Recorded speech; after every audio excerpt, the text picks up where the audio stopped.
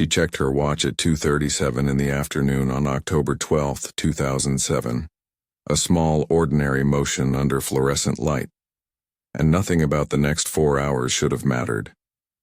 4 hours to rest, 4 hours to eat, 4 hours to walk the familiar corridors of Toronto Pearson Terminal 1, before a routine hop to New York. 4 hours that should have dissolved into memory.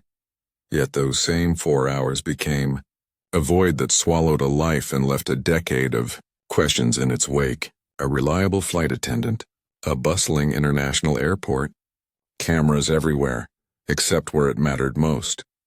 A corridor turn, a blind spot, a life interrupted.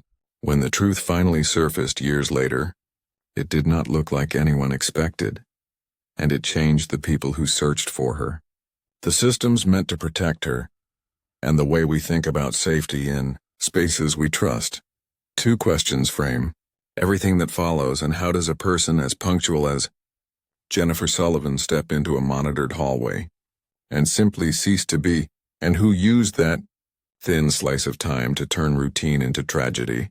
If you want to uncover the answers with me, like this video, subscribe to Unscripted Tales, and turn on the bell icon for upcoming episodes. Tell me from which city you are watching this cold case story, and let us reach 5,000 likes so we can continue the investigation together. She is 29, steady as a metronome in navy blue, the dependable presence on the New York to Toronto route, and that afternoon should have been like any other. The airport hums with its usual tide of voices and rolling suitcases. Pause. Announcements echo. Security lines crawl, and staff cut through the hidden arteries that keep a terminal alive. Jennifer glances once at the watch that mines her minutes. Pause. And steps into a sequence of moments that will be measured and remeasured for years. The stage is set. The clock is running. The story you are about to hear is not about spectacle. It is about the quiet turn that no one saw, the gap where there should have been certainty, and the long shadow that 4 ordinary hours can cast over nearly a decade. Jennifer Sullivan was 29 years old, and in the high-pressure world of international aviation, she was the kind of flight attendant every supervisor trusted without hesitation. Her uniform was always crisp, her posture straight, and her presence calm. The navy blue jacket with silver trim looked like it had been made for her. Her shoulder-length auburn hair was pulled back neatly in the regulation bun that never came loose even during 12-hour shifts. She carried herself with a quiet discipline that made passengers feel safe and colleagues feel steady. Among her co-workers, she was known for precision. Jennifer arrived 15 minutes early to every briefing, checked the manifest twice, and walked through the cabin after every landing to make sure nothing was left behind. She was the one who remembered birthdays, who picked up an extra shift when someone was sick, who wrote thank you notes to crew chiefs after long flights. There was no chaos in her manner, no carelessness in her schedule. On the New York to Toronto route, she had become a familiar face. The pilots called her the anchor of the crew. The younger attendants learned to match her tempo, watching how she handled difficult passengers with patience that never cracked. She smiled easily but rarely wasted words, a quiet balance of warmth and professionalism. It was this same discipline that made her disappearance so impossible to understand. Jennifer was not the kind of person who ran late or changed plans without telling someone. She had built her life around order and small rituals that gave rhythm to days spent in the air. That is why when she checked her watch at 2:37 on that October afternoon, no one around her could have imagined that those careful minutes would be her last trace. Every habit, every rule she followed seemed to vanish with her that day. Something in her perfect routine had finally met something unpredictable. And that meeting would begin to unravel everything people thought they knew about safety and certainty inside Toronto Pearson Airport. The morning of October 12, 2007 began exactly as every workday had for Jennifer Sullivan. At 4:45, her alarm rang in the small Buffalo apartment she called home. The sound was soft but insistent, cutting through the dark before dawn. She rose on the first ring, never the second, and moved through her routine with quiet precision. The coffee maker sputtered to life, filling the kitchen with the rich scent she loved. 1 spoon of sugar, no cream. A small bowl of yogurt with granola on top. She ate standing near the counter, watching the clock. Every motion practiced, efficient, calm. Outside, the early air was cool and still. She locked her door, walked down to her silver Honda Civic, and placed her uniform jacket neatly on the passenger seat. The roads were empty, the streetlights flickering past as she drove toward the border crossing. She had made this trip hundreds of times, and every detail of it was muscle memory. The same officer at the booth, the same brief exchange, the same nod of recognition before she was waved through. The sky began to pale as she neared Toronto. She parked where she always parked, in the employee lot, 3rd row from the terminal entrance, spot E47. A place so routine it almost felt like her own assigned space. Her parking pass hung neatly from the mirror, and she paused for a moment before stepping out, adjusting her hair in the reflection of the glass. Everything was in order. Everything exactly as it should be.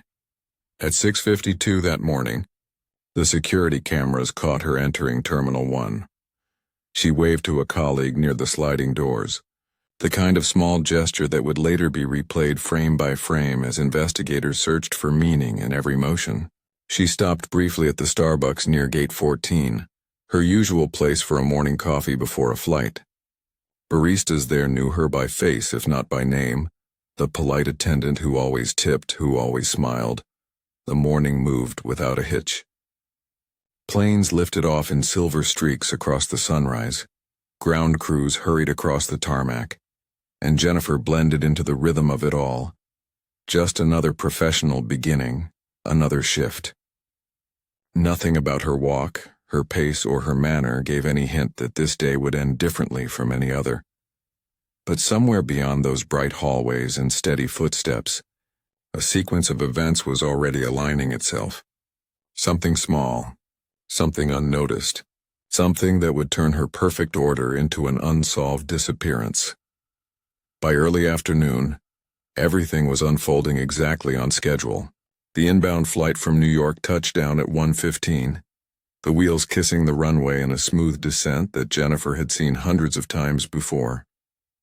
Inside the cabin, she moved with quiet efficiency, checking belts, securing the galley, and offering calm smiles to passengers eager to step off. Her movements were a kind of rhythm, practiced and graceful, the product of years spent balancing calm under pressure. When the doors opened, a cool draft of Toronto air swept through the plane. Jennifer thanked passengers as they filed out, her tone warm but measured. Even the tired ones who forgot to smile back received the same gentle kindness. Once the cabin emptied, she joined her crew for the post-flight routine. Trash collected, seatbelts crossed, logbook signed, final inspection done. Nothing out of place. Nothing unusual. Her long layover stretched ahead of her, 4 quiet hours before the evening return flight. She had mentioned to her co-worker, Sarah Fitzgerald, that she planned to get a light meal, maybe find a quiet corner to read the paperback tucked in her bag, and rest before reporting back.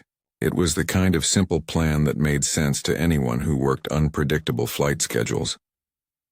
At 2:23, the employee locker room was quiet when Jennifer entered. The air smelled faintly of disinfectant and coffee. Another flight attendant, Maria Torres, was changing shoes by her locker. She later remembered the moment vividly, because Jennifer had complimented the red flats she was wearing.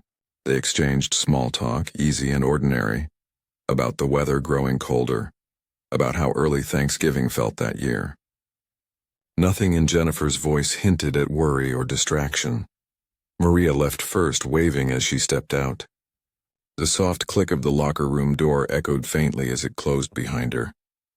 Jennifer remained inside for a few more minutes, unseen, unhurried, surrounded by the gentle hum of fluorescent light. That brief conversation, those passing words about shoes and autumn weather, would become the final moment anyone remembered seeing Jennifer Sullivan alive. Everything after that point would turn into questions that no one could answer. And one of those questions began exactly 13 minutes later, when her phone connected a call that would soon become the last sound of her voice. At 2:37 in the afternoon, Jennifer's phone connected a call that lasted exactly 43 seconds. The signal pinged off a tower near the airport, a normal midday connection that would later be replayed and studied as the final proof that she was still safe.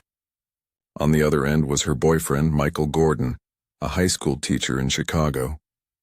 His voice carried the familiar ease of 2 years spent together, a bond built on routine calls like this between flights. She sounded calm, maybe a little tired, but nothing out of the ordinary. She told him she loved him, told him she would call again after landing in New York that night. The conversation ended naturally, no sign of interruption or distress.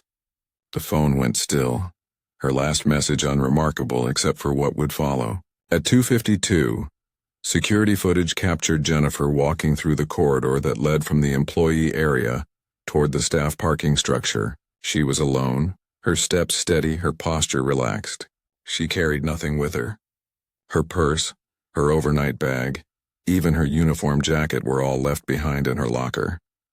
The camera caught her face for only 3 seconds. She looked straight ahead, her expression calm, unaware that this moment would become a frozen image studied by investigators for years. Then she turned a corner and disappeared from view. That small turn, just a few feet of blind space, was all it took for Jennifer Sullivan to vanish completely. Her car never moved from its spot in the lot. Her belongings remained untouched, yet somewhere between that corridor and the outside world she was gone. No one noticed at first. The airport kept moving. Flights departed, passengers boarded, and time continued forward. But in those silent minutes, something irreversible had already happened. What no one knew yet was that the next time her name would be called, it would echo through a briefing room where her empty chair waited, and the unease that began there would grow into the mystery that would haunt Toronto Pearson for years to come. By 4:30 that afternoon, the crew of United Flight 3847 gathered inside the small conference room near Gate 22. The air smelled faintly of coffee and jet fuel, the low hum of announcements echoing beyond the door. 6 flight attendants and 2 pilots filled the room, opening binders, checking weather updates, and reviewing the usual safety details before the return flight to New York. Every seat was taken except one. The seat that belonged to Jennifer Sullivan. Sarah Fitzgerald, her closest friend on the crew, kept glancing toward the door, half expecting Jennifer to rush in with her usual apology for being early rather than late. Sarah told herself there must have been a delay, maybe a quick errand or a phone call that ran long, but as the minutes ticked past, her unease began to build. Jennifer was never late, not once in all the years Sarah had known her. The lead flight attendant, Patricia Moore, tried to keep the briefing moving, but her eyes kept drifting toward that empty chair. At 4:35, she paused and reached for her phone, calling Jennifer's number. It rang 4 times before switching to voicemail. Patricia hung up, waited, then tried again. The same. The ringtone echoed faintly in the quiet room, the sound landing heavy in everyone's chest. They decided to delay boarding, just a short hold, to give her time to appear. Sarah volunteered to check the employee areas. She walked fast through the familiar corridors, her pulse rising as she peered into the lounge, the cafeteria, the restrooms. Each space was empty or filled with strangers who shook their heads when she asked if they had seen Jennifer. She stopped at the medical office, hoping for some logical answer. Maybe a sudden illness, a faint spell, anything that could make sense of her absence. But the nurse at the desk looked up and said no one had come in that day. Back in the briefing room, the crew waited in silence. Patricia made another call. Still no answer. The clock read 4:52 now. Outside, passengers lined up at the gate, unaware that one of their attendants was missing. The first layer of concern had shifted into something colder, something closer to dread. By 5:15, the supervisors were notified. Security was called to check the staff areas again. Sarah stood near the window watching the plane she and Jennifer were supposed to board glint under the fading light. Her hands trembled as she whispered to no one that this was not like her at all.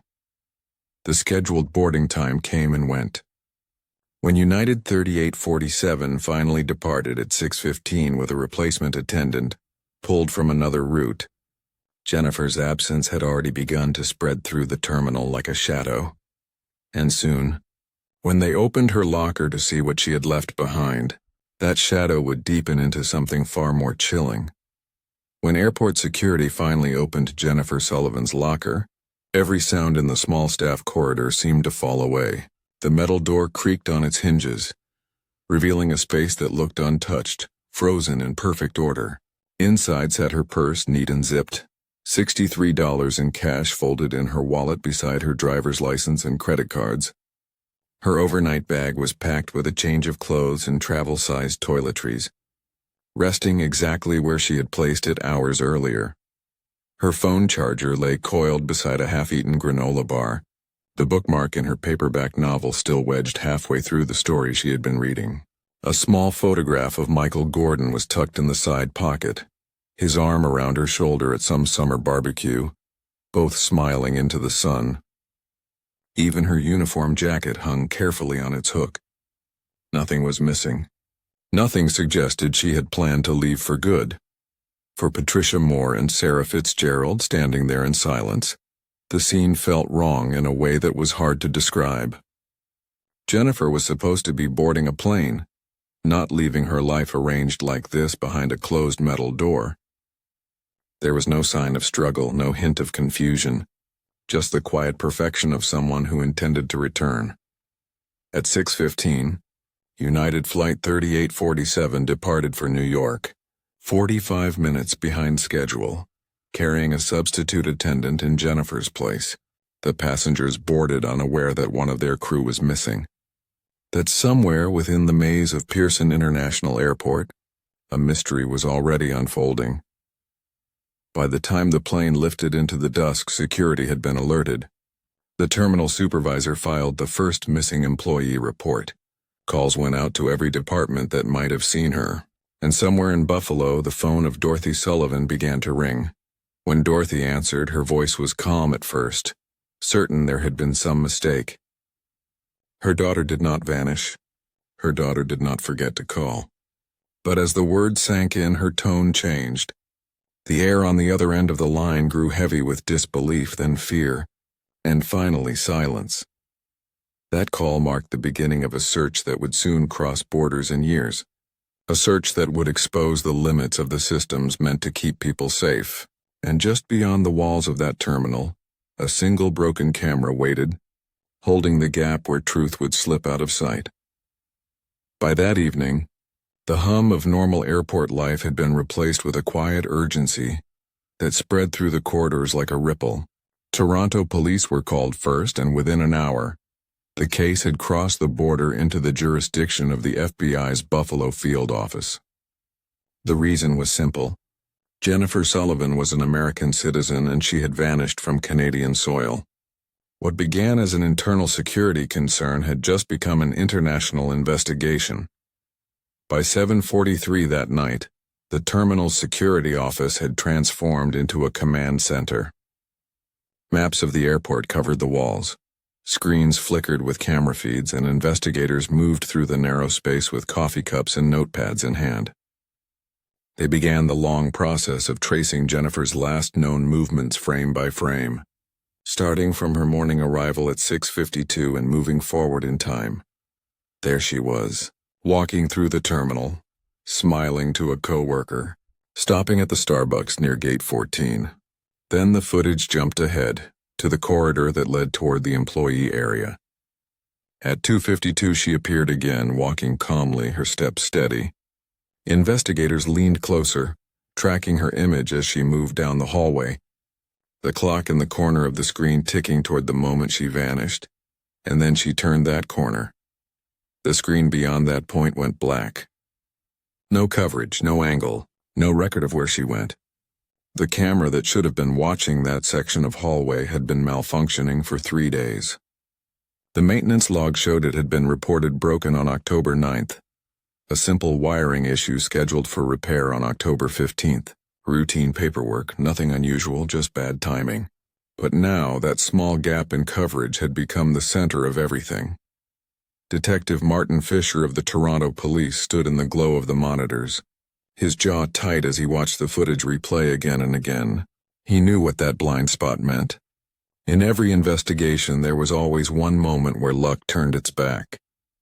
And here, it had done so in the worst possible place. The FBI analysts ran diagnostics, hoping the camera had stored fragments, hoping for anything recoverable. But there was nothing. No static, no interference, no backup feed. Just silence and darkness in the exact stretch of hallway Jennifer Sullivan had walked into. The questions began to multiply. How did one camera, out of hundreds, stop working in that precise location? Why had the repair been delayed? And who, if anyone, had known that this small corner of the terminal had become invisible? Every answer seemed to lead to another dead end. But somewhere within those walls, inside that single blind corridor, lay the first clue to what really happened to Jennifer Sullivan. As the hours turned into early morning, detectives began working outward from that vanished camera feed, spreading through every corner of Pearson's endless maze. They questioned baggage crews, janitors, shuttle drivers, and mechanics. Someone had to have seen her. Someone always did. That was when a small lead surfaced almost by accident. A shuttle bus driver named Robert Martinez came forward. He had been driving the employee route that afternoon, circling between the terminals and the parking structures. Around 3 o'clock, maybe a few minutes after, he remembered seeing a woman walking quickly near the rear loading area behind Terminal 1. At first, he had not thought much of it. The woman had looked like she belonged there, maybe another flight attendant or ground worker in uniform. But later, when he saw Jennifer's photo on the evening news, something in his memory stirred. He told investigators that she had seemed slightly underdressed for the weather, wearing only her blouse and skirt despite the October chill.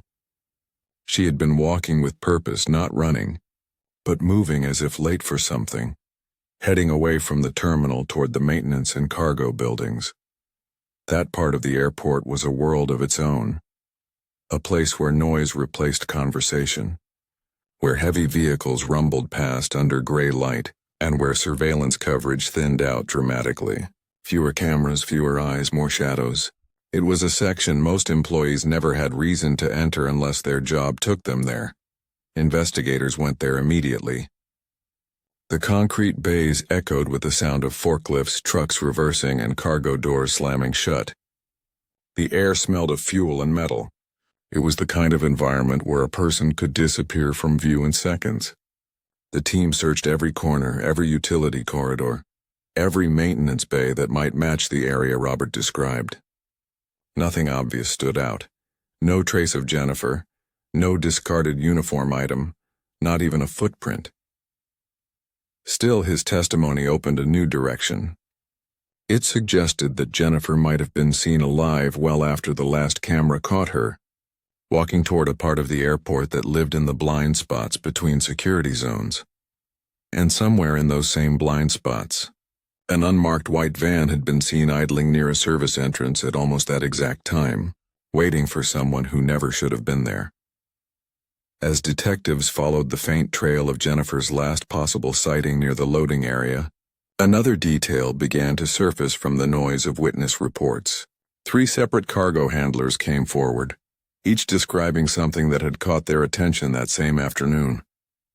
Around 3 o'clock, maybe a little after, they had noticed a white commercial van parked near one of the service entrances that opened toward the maintenance bays. It was idling for a long time, engine running. No logo on the side, just plain white metal against the gray concrete. One of the handlers, Daniel Murphy, remembered it clearly because the van had been sitting there far longer than it should have. Airport regulations did not allow vehicles to idle unattended in that zone, and for a few moments he had considered reporting it to his supervisor. But before he could, the van pulled away. He hesitated, replaying the image in his mind. As it rolled forward, he caught a glimpse of movement near the passenger door. He thought he saw someone getting in, being a woman maybe. Medium height, dark clothing, walking quickly. He was not sure. The distance had been too great, and he had been focused on his work. When investigators questioned him later, he described what little he could recall: the vehicle's type, the sound of its engine, the faint reflection on its side panel. The other two cargo workers gave nearly identical accounts. None of them had noticed the license plate. None could swear to a specific make or model.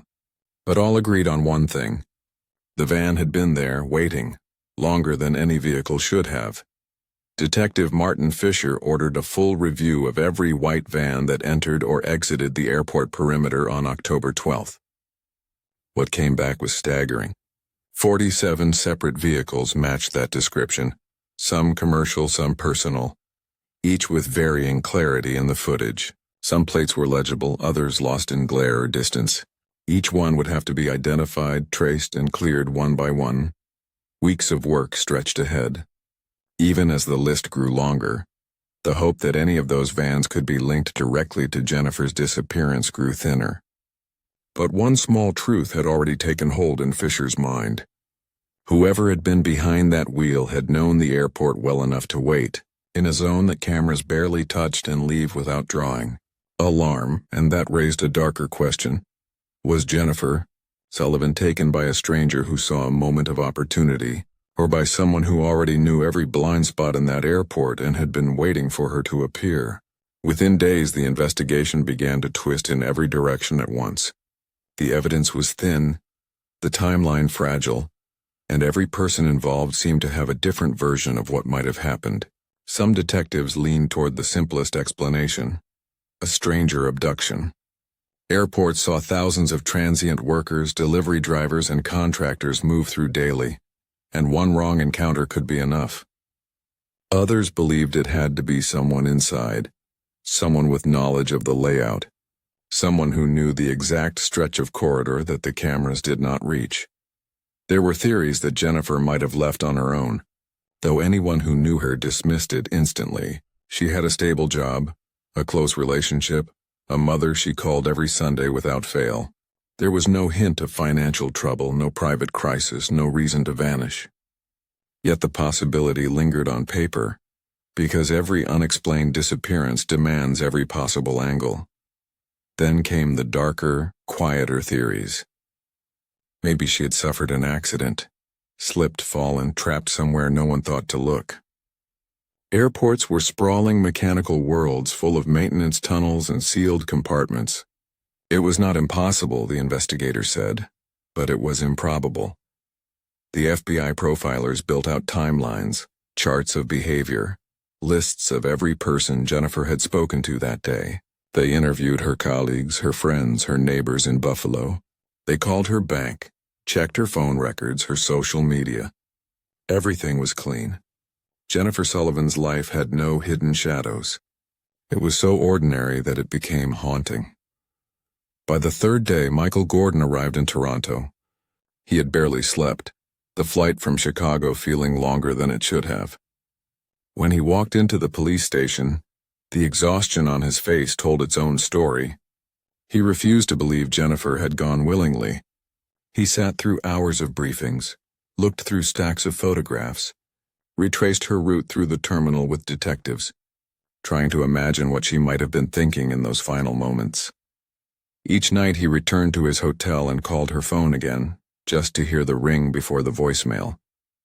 He told the officers he would stay as long as it took, that he would not leave Canada without her. As days turned into weeks, the theories began to spiral faster than the evidence could keep up. Everyone was chasing possibilities, but no one had proof. And beneath all the noise, the same question kept circling back. How does someone with no reason to run, surrounded by cameras and people, vanish as if the floor itself opened beneath her feet? The days that followed felt endless for the people who loved Jennifer Sullivan. The search grew larger, louder, and more desperate, yet the space where she had vanished remained painfully silent. Michael Gordon stopped returning to Chicago. He lived out of a hotel near the airport, spending his days between the police station and the terminal itself. Each morning he walked the same route Jennifer had taken, tracing her steps past the security office, down the employee corridor, to that blind corner where the camera had gone dark. He said it helped him feel close to her, even when hope was slipping through his hands. He spoke to every reporter who would listen, his voice cracking on live television as he begged for help, for leads for anyone who might have seen something. News channels aired her photo, the smiling face in the Navy uniform that had now become the symbol of an unsolved mystery. Flyers appeared in coffee shops, on lampposts across Toronto and Buffalo, each one carrying the same question in bold letters. Where is Jennifer Sullivan?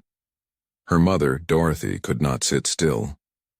She drove up from Buffalo every weekend, sometimes alone, sometimes with neighbors or friends who refused to let her face the search by herself. She walked the outer perimeter of the airport with a stack of flyers in her coat pocket, stopping workers and travelers alike, asking if they had seen her daughter. She learned to read faces in an instant, the polite smiles, the sympathy, the slow shake of the head. But still, she asked, every single time. When the weeks turned into months, Dorothy created a website called findjennifersullivan.com. She posted updates, timelines, photos, even sections of official reports that the police allowed her to share. She replied personally to every message that arrived, from strangers who sent prayers to others who offered unverified sightings. Most were well-meaning. Some were cruel hoaxes. She endured them all because to stop answering meant to stop believing. Back at Pearson Airport, the search widened. Dive teams were sent into nearby ponds and drainage channels, pulling up twisted metal, trash, and decades of forgotten debris, but no trace of Jennifer. Cadaver dogs swept the wooded areas north of the terminals, their handlers following in silence as the animals sniffed through mud and brush. A few alerts led to buried animal remains, nothing more. Detectives ran background checks on hundreds of employees, from baggage handlers to mechanics to airline supervisors. They found small infractions, minor arrests, nothing that connected to violence or to Jennifer's name. Each dead end left the team more exhausted, more haunted by the sense that she had been swallowed by the airport itself. Through it all, Dorothy refused to let her daughter fade into a case file. She became a constant presence at press conferences, her voice soft but steady, reminding the world that Jennifer had a name, a family, a life that mattered. The media began to call her the mother who never stopped walking. But somewhere inside those walls, past the cameras and corridors, someone already knew the truth. And before long, one man's name would begin to surface.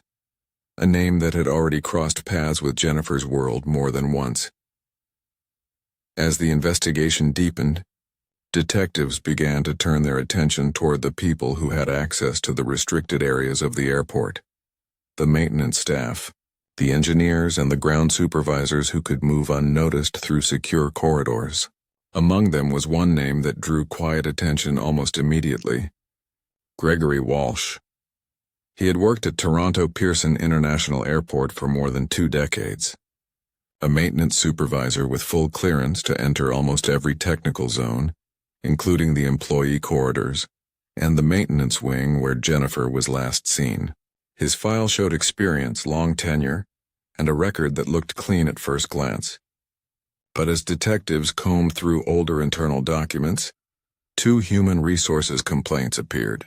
Both had been filed by female employees years apart, each describing moments of inappropriate comments or uncomfortable closeness in the elevators. The complaints had been resolved quietly without criminal action, leaving only a paper trail that most people had forgotten. When police called him in for questioning, Gregory appeared calm and cooperative. He answered every question with practiced ease. He claimed he had never met Jennifer Sullivan personally, that he only knew her name because everyone at the airport did after the disappearance. He said he had been working routine maintenance that afternoon and had left at 4:30, exactly as his time card indicated. His tone was steady, his story simple, his expression unreadable. Detective Martin Fisher watched him carefully across the table, searching for the smallest fracture in his calm. There was something about Walsh that lingered, something too smooth in the way he explained his day, too careful in the way he described his movements. His alibi was thin, built mostly on his own account and a few unsigned maintenance logs, but without witnesses or physical evidence linking him to Jennifer. There was nothing concrete to hold him. The file with his name went into the growing stack of possible leads, people to keep an eye on, but not enough to pursue further. Weeks passed, and the momentum that had driven the early investigation began to fade. Reporters stopped camping outside the terminal. The daily updates slowed. Inside the command center, the wall of maps and photographs started to feel less like a strategy and more like a memorial. For Fisher, Gregory Walsh's face stayed in his mind long after the interview ended. There was something there, a quiet familiarity, the sense of a man who knew more than he wanted to say. But without proof, instinct meant nothing. The case file remained open but cold, waiting for a future that no one could yet imagine. A future where concrete, dust, and time would finally reveal what words never could. By early 2008, the rhythm of the investigation slowed until it almost stopped. The interviews dried up. The leads turned into dead ends. The media coverage that had once filled the nightly news faded into silence. Jennifer Sullivan's face, once printed across every paper and bulletin board, became another photograph among hundreds of missing persons still waiting to be found. Detective Martin Fisher stayed with the case longer than most. He went over the evidence again and again. The same footage, the same statements, the same unanswered questions. He visited the corridor where Jennifer had disappeared so many times that the guards began to recognize his footsteps. But no new clue ever surfaced. The case had simply frozen in place. By the end of 2009, Fisher retired from the Toronto Police Service. Officially, his work was finished, but in truth, he never stopped carrying her file with him. Not on paper, but in his mind. He said later that some cases never let you go. They only wait in the quiet parts of your thoughts. Dorothy Sullivan refused to surrender to that quiet. In 2011, she began what she called the annual memorial walk for Jennifer. Every October, near the date her daughter vanished, she gathered family, friends, and anyone who still remembered to meet outside the airport. They walked the perimeter road with candles in their hands, holding signs printed with Jennifer's photo and the word hope written underneath. The first year, the local news came to cover it. By the third year, they did not. But Dorothy kept walking anyway, even when the crowd grew smaller, even when her body grew weaker. She said that stopping would mean accepting, and she was not ready to do that. Over time, a small community formed around her. Other families of missing people reached out through her website, sending letters, sharing stories, and leaving messages of support. Dorothy answered every one of them. She became a voice for those who still searched. The reward fund in Jennifer's name grew slowly through donations, $50,000 by 2013. It brought in tips, hundreds of them, but none that led anywhere. A diner waitress in Detroit who resembled Jennifer, a psychic in Buffalo who claimed to see her near water, a letter from a prisoner describing details pulled straight from old newspaper articles. Each hope rose and collapsed like a wave. Years passed. Buildings changed. Security systems were upgraded, but for all the progress, the question at the center of it all remained untouched. What happened to Jennifer Sullivan between 2:30, 7 and 3 o'clock on that October afternoon? And where had she gone once she stepped into that blind corridor that swallowed her whole? It had been more than 7 years since Jennifer Sullivan's name had last appeared in the headlines when fate decided to speak again. It was March of 2015, and a cold wind swept across the quiet suburbs north of Toronto. On a narrow street lined with aging bungalows stood an old property at 4782 Ferndale Road, a house long forgotten by time. The paint had peeled from its siding. The windows were clouded with dust, and a sagging roof made it look tired, almost slumped under the weight of its own years. That morning, a renovation crew led by Marcus Thompson arrived at the house. They had bought it at auction with plans to restore and sell it. For them, it was supposed to be another ordinary job. Routine demolition, new floors, fresh paint. But the first sign that something was different came when they reached the basement. Marcus noticed the space felt wrong. The measurements on paper did not match the structure above. The basement seemed smaller than it should have been. As they began pulling away panels of old drywall, a hollow sound echoed from behind the wall. It was a noise no builder liked to hear, the sound of a void that should not exist. When the last section of wall came down, they found a sealed room, no more than 8 feet wide and 10 feet deep. The air that rushed out was stale and chemical, thick enough to sting the back of the throat. The concrete floor looked newer than the rest of the basement, smoother, brighter, poured in a hurry. Marcus froze. He had seen something like this once before in another house years ago, and he knew what that smell meant. He told his crew to stop immediately. Within minutes, he had called the police. By noon, the small house was surrounded by patrol cars and crime scene tape.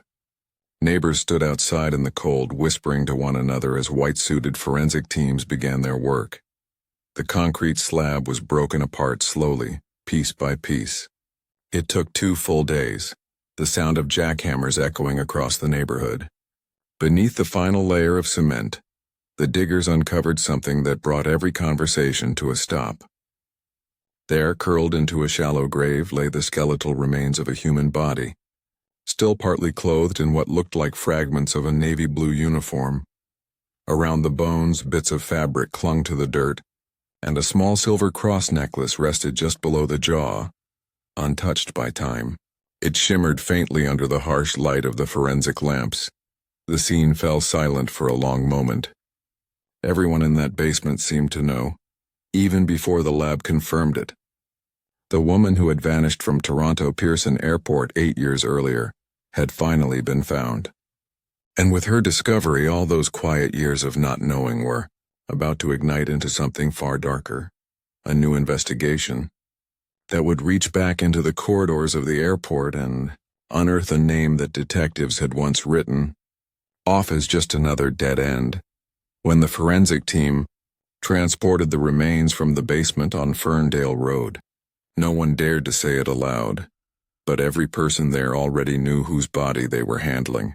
The fragments of the Navy uniform, the cross necklace, the careful way the hands had been folded, all of it carried the unmistakable trace of Jennifer Sullivan.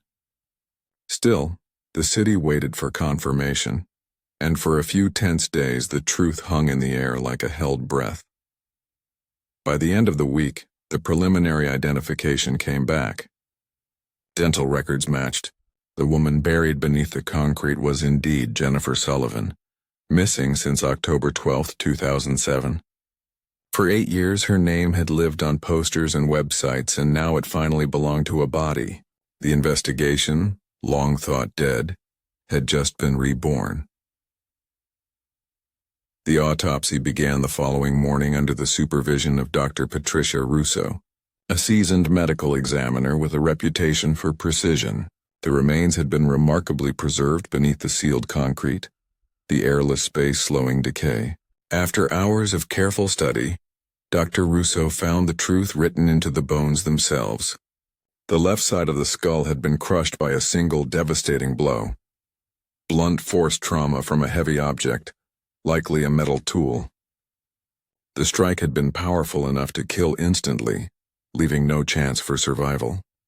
Jennifer Sullivan had died quickly, and she had died violently. When that conclusion reached the detectives, silence filled the room. For years they had imagined scenarios: abduction, accident, disappearance by choice. Now the mystery had a word attached to it that changed everything: murder. At 4:30 in the afternoon on March 18th, Dorothy Sullivan received the call that every parent dreads. She was at home in Buffalo preparing dinner when the phone rang. The detective's voice on the other end was soft, measured, almost careful in its tone. They had found remains, he said, and the identification was likely her daughter's. Dorothy listened without speaking. The world around her seemed a blur. After 8 years of hoping, she had finally been given an answer, but it was an answer that carried no relief. For the first time since that October afternoon, the question of where had finally been answered. But now 2 heavier questions took its place. Who had done this, and why had Jennifer Sullivan, a woman who had trusted her workplace, her colleagues, her routine, ended her life sealed beneath someone's concrete floor?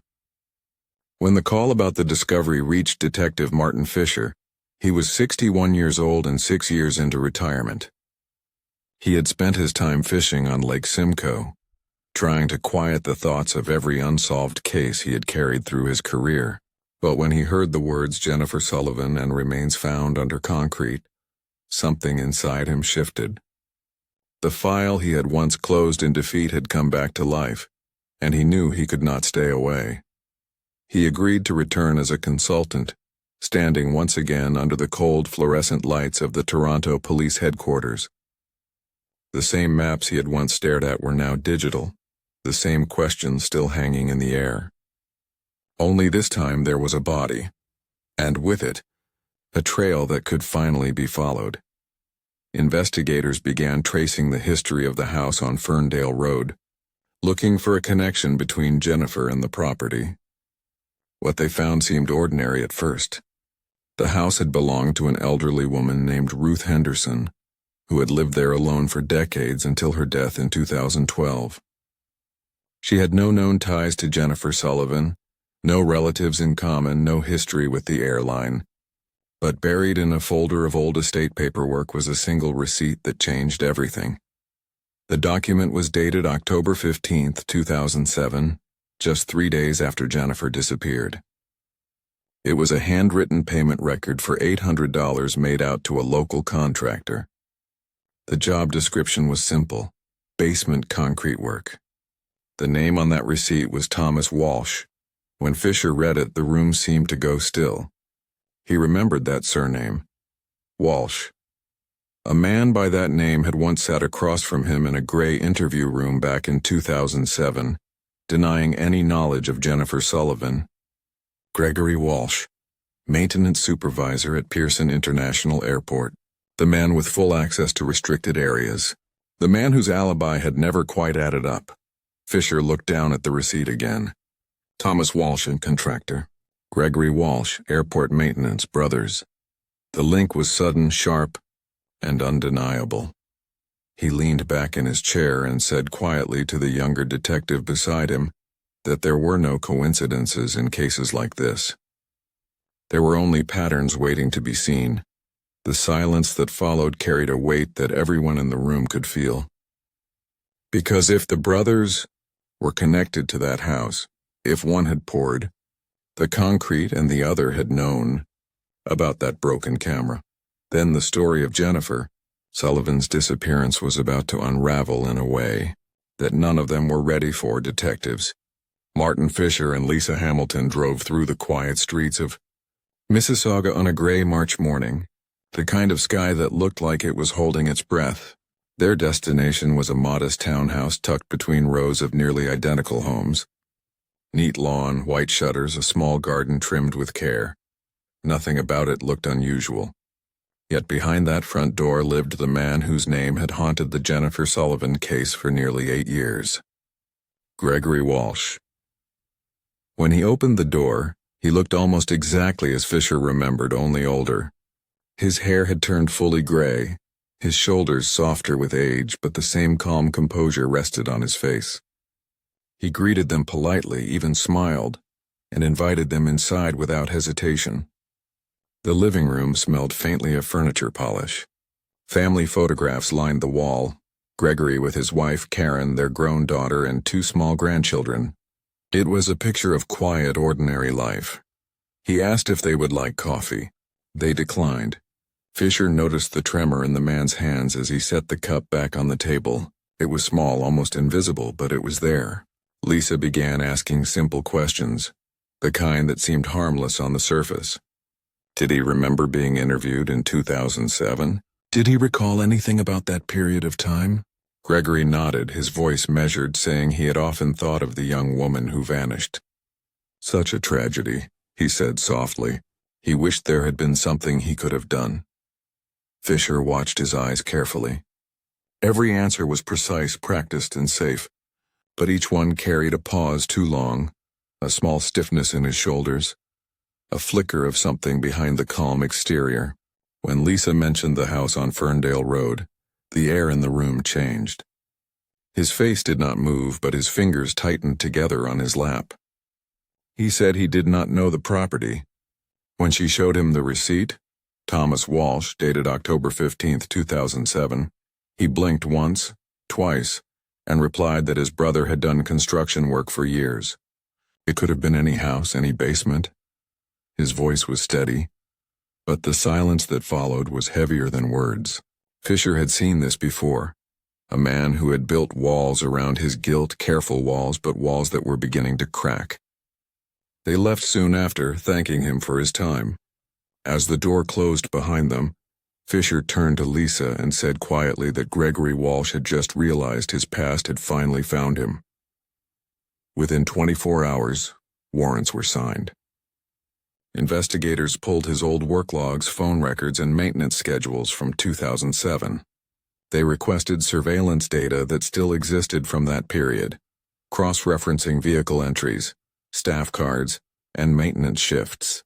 Every fragment of information that had once seemed meaningless was now being re-examined under a different light.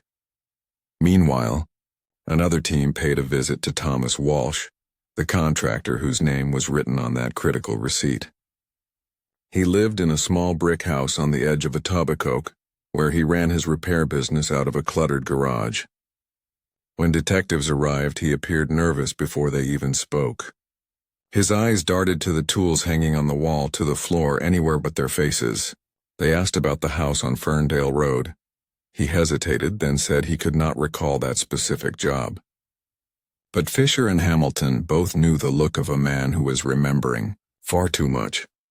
What began as polite conversation was about to break open into something far more serious, because once the search warrant reached Gregory Walsh's garage, the mask of normal life he had worn for years would finally start to fall away. The morning of March 28th began quietly on Gregory Walsh's street. Frost still clung to the grass and the air smelled faintly of rain, but by sunrise, unmarked police cars had begun to gather near the end of the lane. Inside one of them, Fisher sat watching the townhouse through the windshield, his breath fogging the glass. The search warrant was in motion. What they would find inside would change everything. At exactly 6 o'clock, officers approached the door. Karen Walsh, Gregory's wife, answered, still in her bathrobe, confusion spreading across her face as uniformed men stepped past her. She stood speechless on the porch while the officers moved through the house room by room, clearing each one before heading toward the garage. That was where Fisher's instincts told him the real story would be waiting. The garage was meticulously organized. Rows of tools hung on the wall, each polished and labeled. Shelves lined with jars, screws, and paint cans. At first glance, it looked like the workspace of a man who valued order. But tucked behind a large tool chest, one of the officers noticed a loose panel at the back. When they pried it open, the air inside turned still. Inside that hidden compartment were stacks of manila envelopes and a small metal box wrapped in an oil-stained rag. The envelopes contained photographs, dozens of them, taken around the airport over the course of years. Each image captured women who worked there, often in uniform, unaware they were being watched. The pictures were not explicit, but they were invasive, focused, obsessive. Some had names written in neat handwriting on the back. Then came the notebook. Its cover was worn, the edges frayed. Inside, page after page listed names of female employees, their flight routes and work schedules. Jennifer Sullivan's name appeared more than once, underlined in black ink. At the bottom of the compartment sat the metal box. When Fisher unwrapped it, a heavy adjustable wrench lay inside, Its surface was dark with old stains and rust, the teeth worn from use. Forensic technicians later confirmed that biological traces were still embedded in the metal, degraded with age, but consistent with the wound pattern found on Jennifer's skull. The tool that had ended her life had been hiding in plain sight for 8 years. Fisher stood in that cold garage, staring at the wrench resting on the table under the harsh light. Around him, officers moved quietly, photographing every inch of the space. There was no denying it now. The careful, polite maintenance supervisor who had spoken so calmly only days earlier was no longer a person of interest. He was the killer. When Gregory Walsh was brought in for questioning later that afternoon, he still carried the same calm expression he had always worn. But for the first time in nearly a decade, the truth was closing in on him, and every secret he had buried was about to come to the surface. For more than 4 hours, Gregory Walsh sat in the interrogation room, a single light hanging above his head. The same calm mask he had worn during every interview was still there, his voice steady, his posture composed. He spoke politely, insisting he knew nothing. He said the photographs were part of a hobby. He said the notebook was work documentation. He said the wrench was just an old tool that had been in his garage for years. Each answer was wrapped in practiced calm, but Fisher could see the small cracks forming with every question. Then Fisher began to speak, not as an officer, but as a man who had lived with this case for nearly a decade. He laid out the evidence piece by piece, slow and deliberate. The old maintenance records showing Gregory's presence near Terminal 1 at 2:45. The shuttle driver who had seen a woman like Jennifer near the loading zone. The blind camera that Gregory knew had been broken for days. The receipt from his brother Thomas for concrete work 3 days after the disappearance. The silence in the room grew thick. Gregory's lawyer tried to interrupt, but Fisher kept his voice calm, describing how Jennifer's body had been found beneath that same concrete floor. Every detail landed like the slow ticking of a clock. And then Gregory exhaled, a long, quiet sound that seemed to release years of pressure. He told his lawyer to stop speaking. He wanted to talk. His first words were soft, barely above a whisper. He said it had not been planned, that he had admired Jennifer for months, watching her at the airport, building an image of her in his mind. On that October afternoon, when he saw her walking alone through the staff corridor, he told her he needed help checking the temperature in one of the storage rooms. It was a simple lie, one that sounded believable. Jennifer had followed without hesitation. Inside the small, empty storage area, he made a mistake that would destroy every life connected to him. He reached for her arm, said something about getting coffee, and she pulled away sharply. She told him she had a boyfriend. She told him to stop. She reached for her radio, and in that instant he panicked. The wrench had been hanging from his tool belt. He said he swung it once, not realizing how hard. The sound, he said, was loud and final. She fell instantly. There was blood. Too much blood. He said he stood there frozen for a long time, trying to convince himself that she would move, but she never did. Then, like a man following instructions written in his head, he began to clean. He locked the door, finished his shift as if nothing had happened, and waited until the terminal quieted down. That night he came back with a maintenance cart, wrapped Jennifer's body in plastic, and loaded it beneath cleaning supplies. He drove out through the employee gate in his white van, a vehicle no one questioned. He said he called his brother Thomas from a payphone that evening. Told him there had been an accident. Told him he needed help. They took the body to a property their aunt had mentioned before, the one on Ferndale Road. Thomas hesitated, but he helped. Together, they buried her in the unfinished section of the basement and covered her with bags of concrete mix. 3 days later, Thomas returned to finish the job, pouring a fresh slab to seal the grave forever. When Gregory finished speaking, he looked down at his hands, the same hands that had built walls, tightened bolts, and years ago taken a life. His voice trembled when he said he had never meant to kill her, that it had all been a mistake. But Fisher had seen that kind of remorse before, the kind that arrives only after the walls close in. For the first time since that October afternoon in 2007, the story of Jennifer Sullivan's disappearance was no longer a mystery. It was a confession. A life ended in seconds. A secret buried in concrete. But one question still lingered. How deep did that secret truly go, and how many people had helped to keep it hidden all those years? While Gregory Walsh sat in one interrogation room, his younger brother Thomas was being questioned in another just a few floors below. Where Gregory had clung to his composure, Thomas fell apart the moment the detectives entered. His hands shook. His eyes were red. The weight of 8 years of silence seemed to crush him before a single question was asked. Detective Lisa Hamilton placed photographs on the table one by one. The basement, the broken concrete, the fragments of uniform, and finally the small silver cross necklace. Thomas stared at the pictures for a long time before lowering his head into his hands. His shoulders trembled and the words came out in pieces. He said that Gregory had forced him, that he had been frightened, that his brother had threatened him, that he had only helped because he was afraid of what would happen if he refused. It was the kind of story investigators had heard before, and for a few moments, Hamilton let him speak. But as she gently began to question the details, the version of events he offered began to crumble. There were no signs of coercion, no threats, no desperate phone calls for help. Instead, what the evidence revealed was something far colder. A man who had made a choice and had lived with it for nearly a decade. The receipts told the truth he tried to hide. One of them showed a purchase from an Etobicoke construction supplier dated October 13, 2007, the day after Jennifer vanished.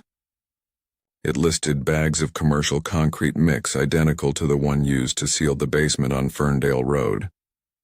The store clerk still remembered Thomas from that day. He had paid in cash and loaded the bags himself into his truck. Forensic teams matched traces of soil from the back of that same truck to the soil beneath the basement floor where Jennifer's body had been found. Even the concrete samples themselves were analyzed, the chemical composition a perfect match to the brand Thomas had purchased. Each test result pulled another thread from the story he had tried to spin. When confronted with those facts, Thomas stopped pretending. He admitted that Gregory had called him late that night, his voice shaking, saying there had been an accident. When Thomas arrived, he saw the body already wrapped in plastic in the back of the van. He knew then that it was no accident, but he still helped. He said he could not bear to betray his brother. They carried the body into the unfinished part of their aunt's basement, dug shallow earth, and covered it. He returned 3 days later to finish pouring the slab. He said he told himself it was a one-time mistake, that if he helped bury it, maybe the past would stay buried too. But it had never stayed buried. It had followed him every day of his life, until the police knocked on his door and forced him to look at what he had done. Thomas sat silent at the end of the interview, staring at the wall, tears streaking down his face. He said he had only wanted to protect his family, but now he understood what kind of man he had protected. And as the detectives left the room, they both knew something Thomas was only beginning to realize. The cost of loyalty, once chosen, never fades. While the brothers were being questioned, another story of quiet guilt was waiting to be uncovered inside that same household. Karen Walsh, Gregory's wife, had stood helpless on her front lawn as officers searched her home. Still in disbelief that the man she had lived beside for more than 3 decades was being accused of murder. For the first 48 hours, she insisted she had known nothing. She said she was as shocked as anyone. But the records, and the people around her, told a different story. Detective Lisa Hamilton began with the phone logs. They showed 2 calls between Gregory and Karen on the night Jennifer Sullivan was killed. One at 9:43 in the evening that lasted 17 minutes. Another early the next morning that lasted 6. When Hamilton read those times aloud in the interview room, Karen's expression shifted. Her hands trembled as she tried to explain that her husband had seemed upset that night, that she had not asked questions because she trusted him. But her voice cracked when Hamilton mentioned the neighbors. A woman who lived 2 doors down told police that Karen had appeared nervous in the days after October 12th, avoiding eye contact, canceling social plans, and losing weight rapidly.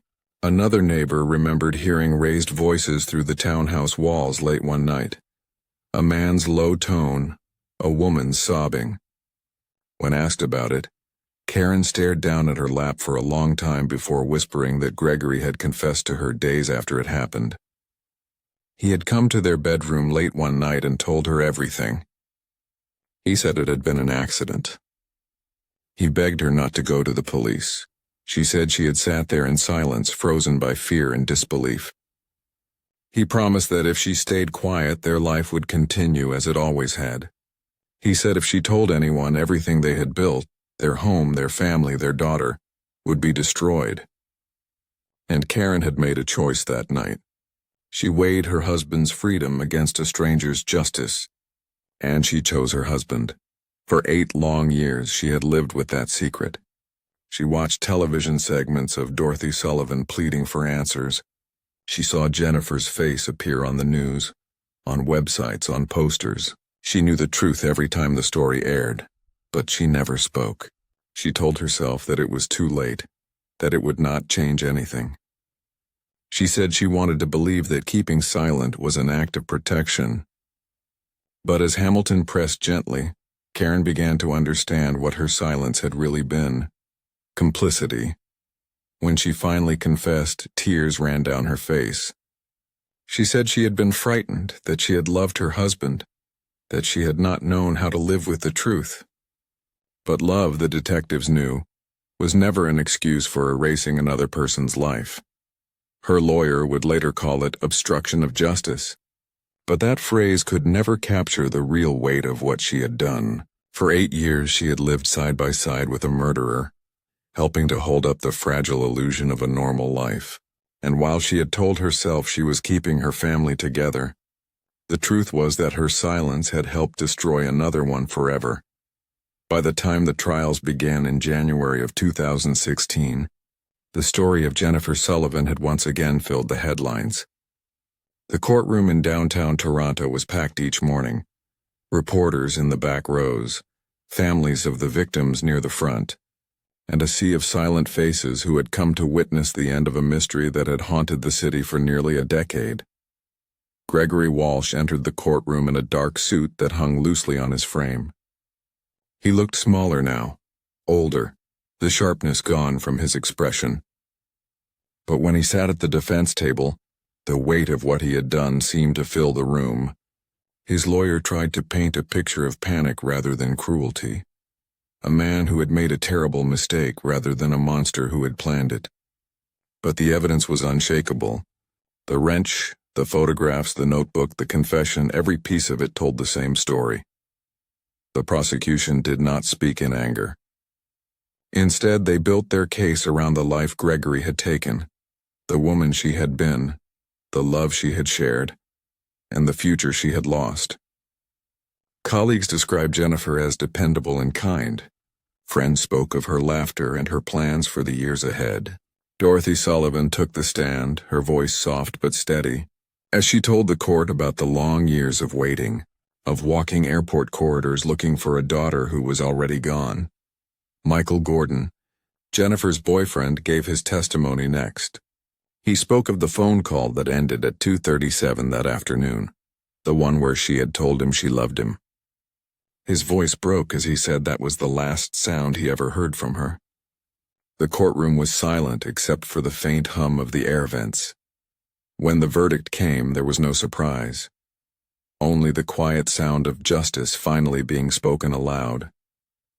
Gregory Walsh was found guilty of first-degree murder. The judge's voice echoed across the courtroom as he sentenced him to life imprisonment with no chance of parole for 25 years. He would be 85 before he could even apply for release, though everyone in that room knew he would never leave prison alive. Thomas Walsh's trial followed weeks later. His involvement was different, but his choices were no less damning. The prosecution showed the receipts, the soil analysis, the matching concrete, the quiet cooperation that had sealed Jennifer's grave. His lawyer pleaded for leniency, saying that Thomas had been manipulated by his brother, that his remorse was genuine. The judge acknowledged that remorse but reminded the court that every action Thomas had taken had been deliberate. He was sentenced to 25 years for accessory to murder and obstruction of justice, with the possibility of parole after 17 years. Karen Walsh faced her own hearing soon after. She stood in court trembling, her hands clutching a small tissue as the charges were read. Her lawyer spoke of fear, of a wife trapped by loyalty, of a woman who had simply been too afraid to destroy her family. The judge listened carefully and then spoke with quiet finality. He said that fear might explain her silence but could never excuse it. Karen Walsh was sentenced to 5 years in a minimum security facility, eligible for parole after serving 1/3 of her term. As the gavel fell for the final time, the courtroom seemed to exhale.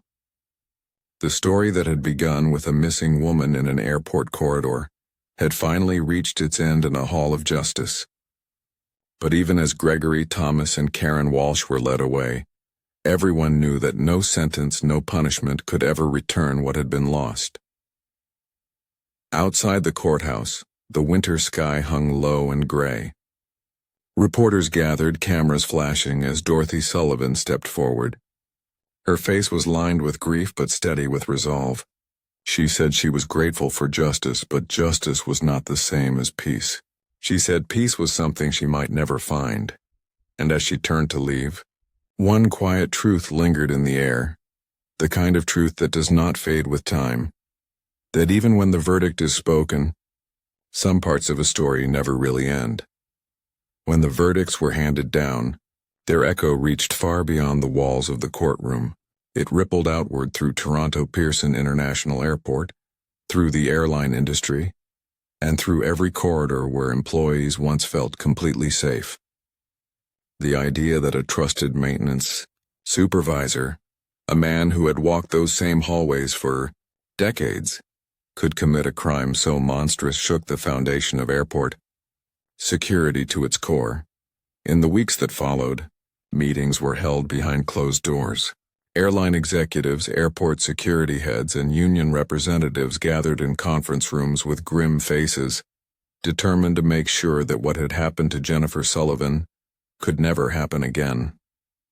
Every system was reviewed, every blind spot, every entry pass, every maintenance procedure that allowed Gregory Walsh to act unseen. Pearson International underwent one of the most sweeping security reforms in its history. Hundreds of new surveillance cameras were installed, covering every corner and every corridor. Maintenance staff were no longer permitted to enter isolated areas alone. A buddy system was introduced, requiring 2 employees to be present at all times in restricted zones. Random movement audits became mandatory, tracking employee card swipes to ensure transparency in where each worker went and when.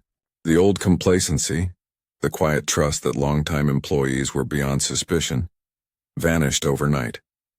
Safety became the new obsession, not just for passengers but for the people who worked behind the scenes.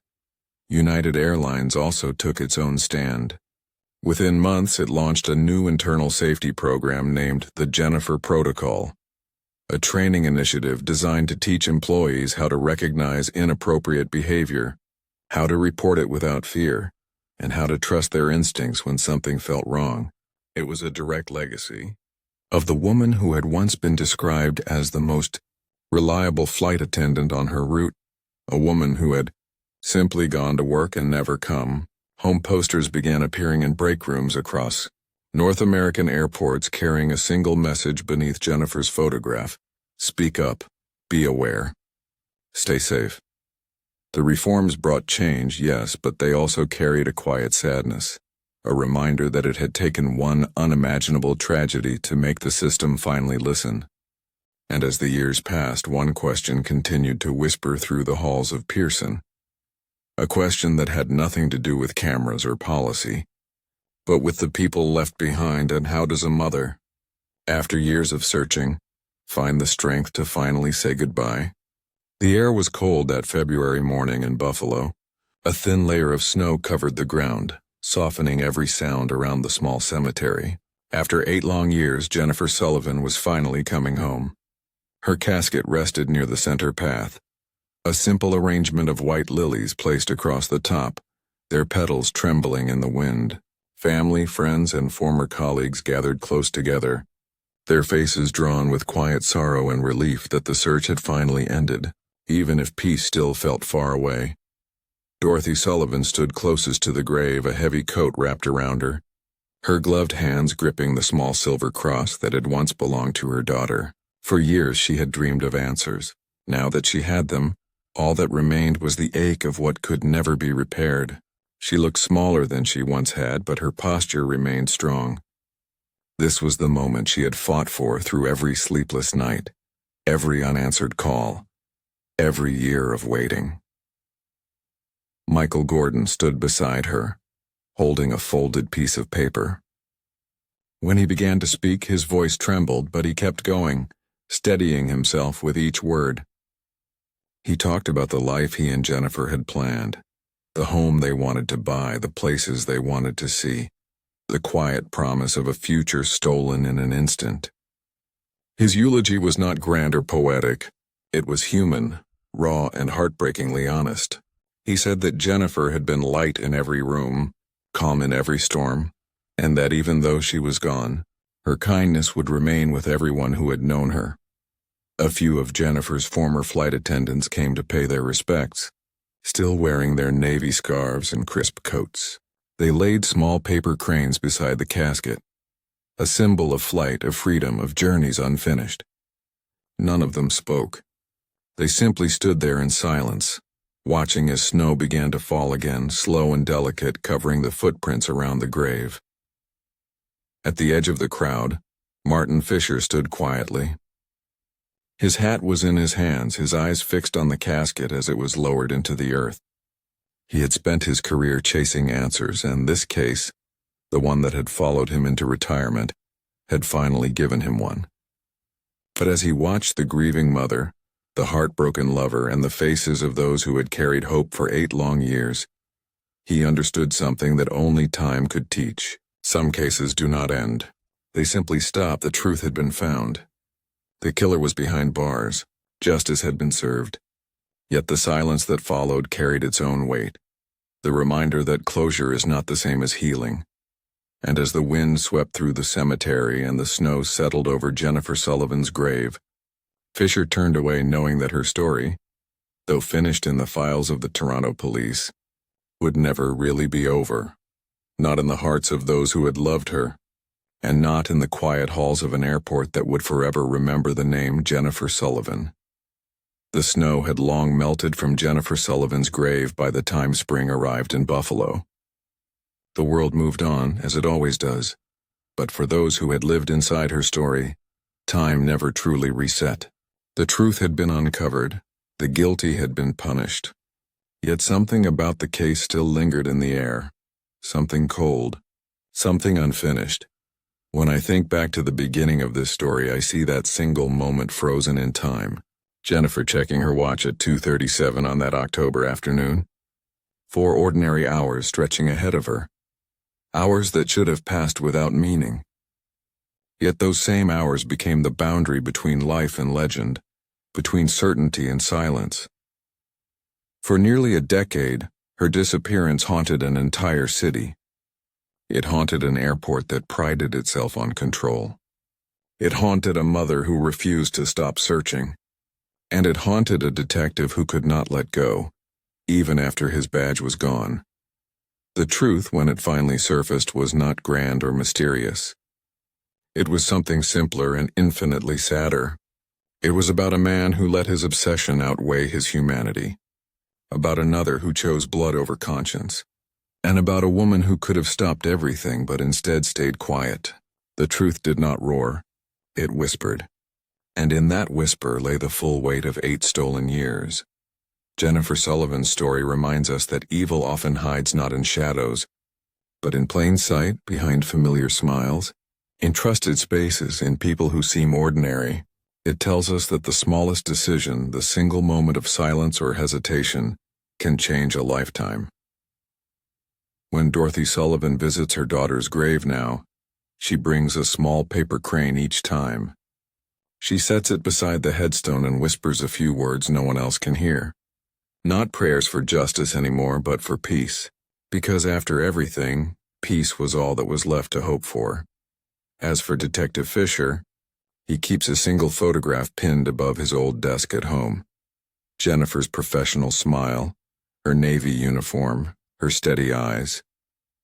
He says it is a reminder of what it means to keep searching, even when the world has already stopped looking. And maybe that is what this story leaves us with. The idea that truth is rarely what we expect. It does not come when we want it.